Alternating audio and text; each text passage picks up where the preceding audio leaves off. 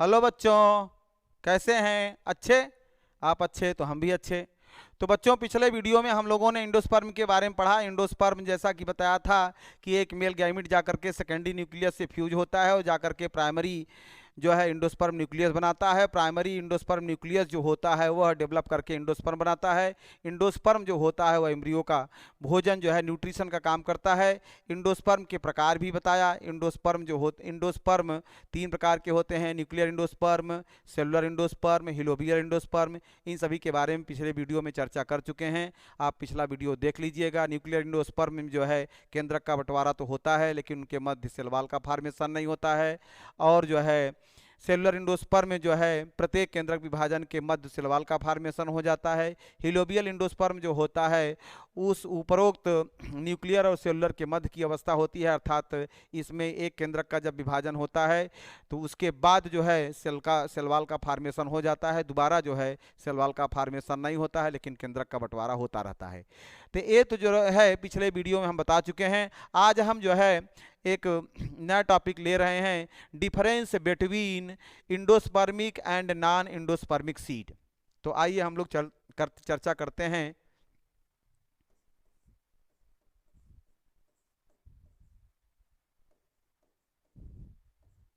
Difference between endospermic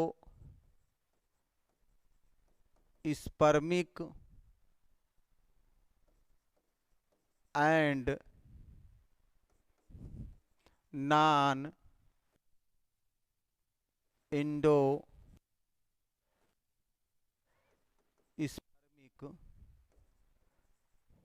seed.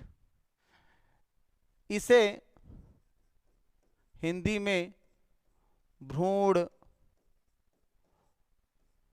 पोषी भी कहते हैं। भ्रूण पोषी इंडोस्पर्मिक एंड नॉन भ्रूण पोषी बीज, और इसे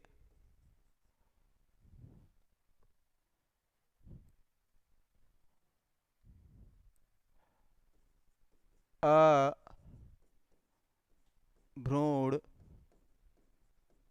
पोषी अभ्रूण पोषी बीज, ये चीज है।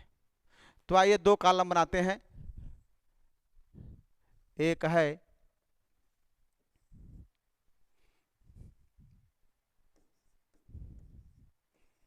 Endospermic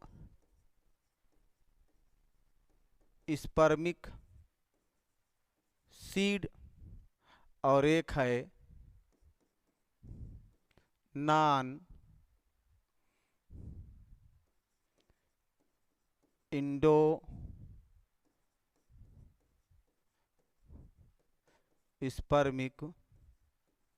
seed.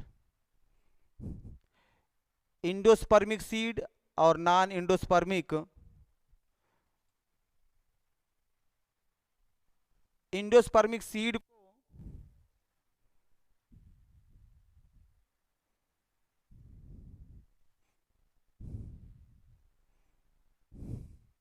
इंडोस्पर्मिक सीड को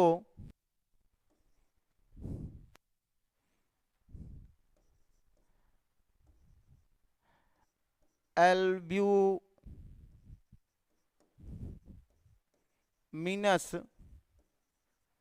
सीड भी कहते हैं। एल्ब्यूमिनस सीड भी कहते हैं इसे। और इसे एक्स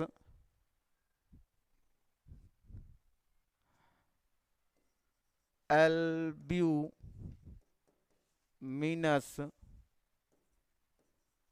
सीड कहते हैं। तो ये तो रहा एल्ब्यूमिनस और x albuminous seed. Endospermic seed को एल्ब्यूमिनस सीड भी कहते हैं और नॉन इंडोस्पर्मिक सीड को एक्स एल्ब्यूमिनस सीड भी कहते हैं। अंतर क्या है इसमें? जो है इंडोस्पर्म जो होता है, इंडोस्पर्म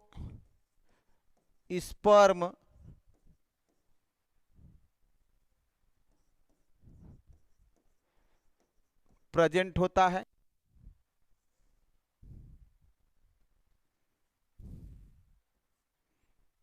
एंडोस्पर्म प्रेजेंट होता है। इसमें एंडोस्पर्म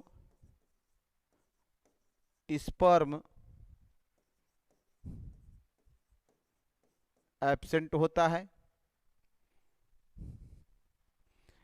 ये जो है मोनोकाट में पाए जाते हैं।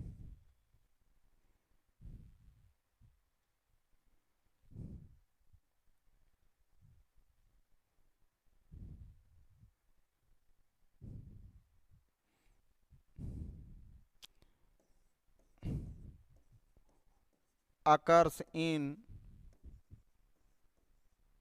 Monocot plants. ये जो होते हैं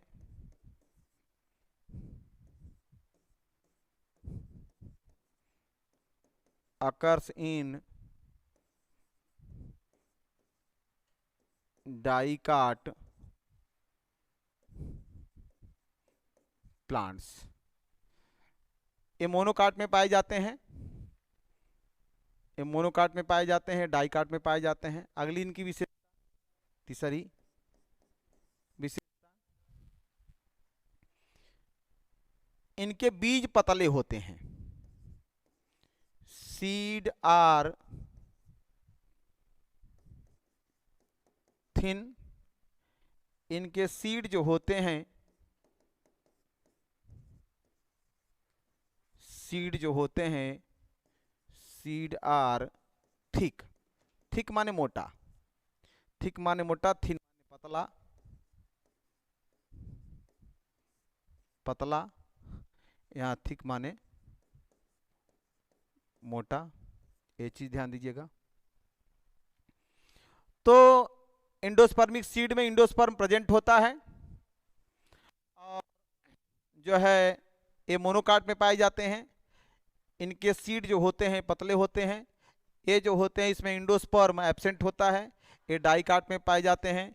इनमें इनके सीड जो होते हैं वह थिक होते हैं। एक और इनकी मुख्य विशेषता ये है, इनका जो फूड होता है, food are stored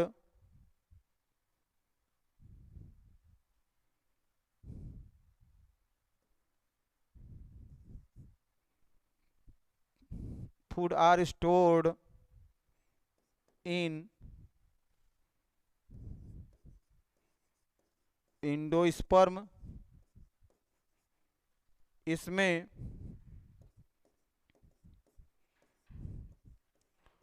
food are stored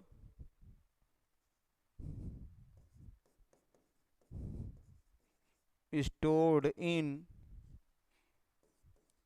कार्टिलीडॉन्स। तो ये तो इनकी विशेषता है। मोनोकाट में जैसे व्हीट है, मेज है, बार्ले है, इन सभी में एंडोस्पर्मिक सीड होता है। चना है, मटर है, हाँ, मूंगफली है, इन सभी में जो है नॉन एंडोस्पर्मिक सीड पाए जाते हैं। तो इस प्रकार से जो है इंडोस्पर्मिक और नॉन एंडोस्पर्मिक सीड में अंतर परीक्षाओं में अक्सर पूछा जाता है, तो इसको भी आप नोट कर लीजिएगा, ये इंपॉर्टेंट है, ध्यान रखिएगा बच्चों। ये जो है difference between endospermic seed and non endospermic seed. Endospermic seed को जो है भ्रूणपोषी बीज भी कहते हैं, भ्रूणपोषी बीज, और इसे अभ्रूणपोषी बीज भी कहते हैं।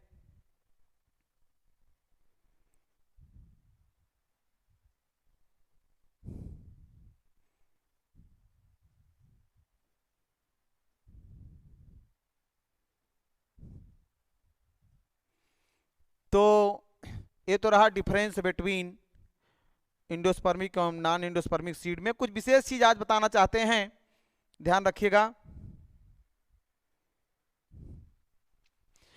एक होता है विशेष प्रकार की स्पेशल टाइप के जो फर्टिलाइजेशन होते हैं, एक होता है एम्फी मिक्सिस। एम्फीमिक्सिस का मतलब होता है जब normal type of sexual reproduction takes place. हाँ, नॉर्मल टाइप ऑफ जो सेक्सुअल रिप्रोडक्शन होता है, नॉर्मल टाइप का मतलब जिसमें मियोसिस हो और फर्टिलाइजेशन हो, जिसमें मियोसिस हो फर्टिलाइजेशन हो, उसे हम कहेंगे एम्फीमिक्सिस। ध्यान रखिएगा बच्चों, स्पेशल चीजें कुछ परीक्षाओं में पूछ लिए जाते हैं, एक एक दो दो नंबर में, तो ये भी आप नोट कर लीजिएगा। एम्फीमिक्सिस का मतलब ये होता है कि जब किसी भी नॉर्मल टाइप ऑफ जो सेक्सुअल रिप्रोडक्शन होता है जिसमें मियोसिस हो, अर्धसूत्री विभाजन हो, जिसमें निषेचन की क्रिया हो, तो उसे एम्फीमिक्सिस कहते हैं। और एपोमिक्सिस उसे कहते हैं जिसमें मियोसिस और फर्टिलाइजेशन नहीं होता, जिसमें अर्धसूत्री विभाजन और निषेचन की क्रिया नहीं होती है, उसे एपोमिक्सिस कहते हैं। एपोमिक्सिस की खोज विंकलर नामक वैज्ञानिक ने सन 1908 में किया था। एपोमिक्सिस कई प्रकार के होते हैं। एपोमिक्सिस जो है, एपोस्पोरी भी होता है, इसका उदाहरण एपोस्पोरी है, एपोगेमी है, पार्थिनोजेनेसिस है। तो एक एक करके हम लेते हैं। एपोस्पोरी उसे कहते हैं जब किसी न्यूसिलस की द्विगुणित कोशिका से, न्यूसिलस की बीजांड काय की किसी जो है द्विगुणित कोशिका से बिना निषेचन के, बिना फर्टिलाइजेशन के एम्ब्रियो सैक का फॉर्मेशन होता है। एपोस्पोरी, ध्यान दीजिएगा बच्चों, एपोस्पोरी में जो है बिना निषेचन के, बिना फर्टिलाइजेशन के द्विगुणित बीजांडकाय की किसी कोशिका से भ्रूणकोश का जब निर्माण होता है तब उसे एपोस्पोरी कहते हैं। और यह इसका उदाहरण है पार्थेनियम है, रननकुलस है, इसके उदाहरण हैं।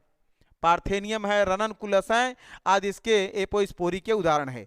एपोगेमी, एपोगेमी की खोज रोजेनबर्ग ने किया था। एपोगेमी की खोज रोजेनबर्ग ने किया था।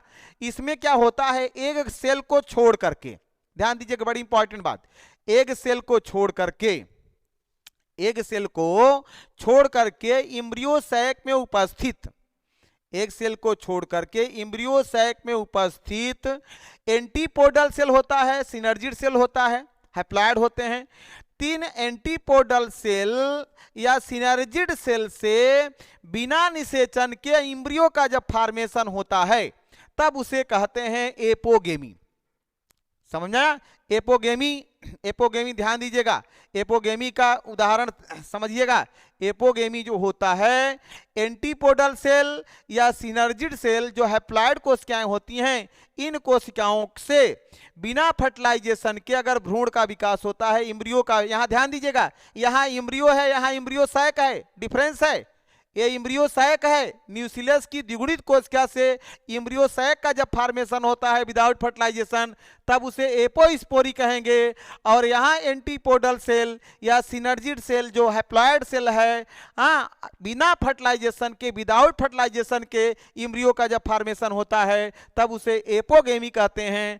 और पार्थिनोजेनेसिस जो है, एम्ब्रियो सैक के ही अंदर एक सेल होता है, हैप्लॉइड होता है, अगुणित होता है। जब एक सेल से बिना फर्टिलाइजेशन के, विदाउट फर्टिलाइजेशन के एम्ब्रियो का फॉर्मेशन होता है तब उसे पार्थिनोजेनेसिस कहते हैं, तब उसे पार्थिनोजेनेसिस कहते हैं। तो यहाँ एपोमिक्सिस कई प्रकार के होते हैं, विशेष एपोस्पोरी, एपोगेमी, पार्थिनोजेनेसिस बहुत पूछा जाता है, तो इसको आप ध्यान रखिएगा। न्यूसिलस के द्विगुणित कोशिका से एम्ब्रियो सैक का जब, यहाँ एम्ब्रियो सैक है, यहाँ एम्ब्रियो है, यहाँ एम्ब्रियो है, डिफरेंस समझिएगा, ये एम्ब्रियो सैक है, एम्ब्रियो है, एम्ब्रियो है। तो एंटीपोडल सेल या सिनर्जिड सेल से एम्ब्रियो बनेगा विदाउट फर्टिलाइजेशन, एपोगेमी। हाँ, एक सेल से, हैप्लॉइड सेल से विदाउट फर्टिलाइजेशन से एम्ब्रियो बनेगा तब उसे पार्थिनोजेनेसिस। और न्यूसिलस की द्विगुणित कोशिका से एम्ब्रियो सैक की द्विगुणित कोशिका का निर्माण जब होता है विदाउट फर्टिलाइजेशन के तब उसे एपोस्पोरी कहते हैं। तो इस प्रकार से एपोमिक्सिस जो होता है कई प्रकार का होता है। एपोमिक्सिस की खोज किया था विंकलर ने सन 1908 में। तो ये इंपॉर्टेंट है, कभी कभी परीक्षाओं में ये भी पूछ लिया जाता है, तो आप इसको नोट कर लीजिएगा। इसका जो है स्क्रीनशॉट ले लीजिएगा, स्क्रीनशॉट ले लीजिए।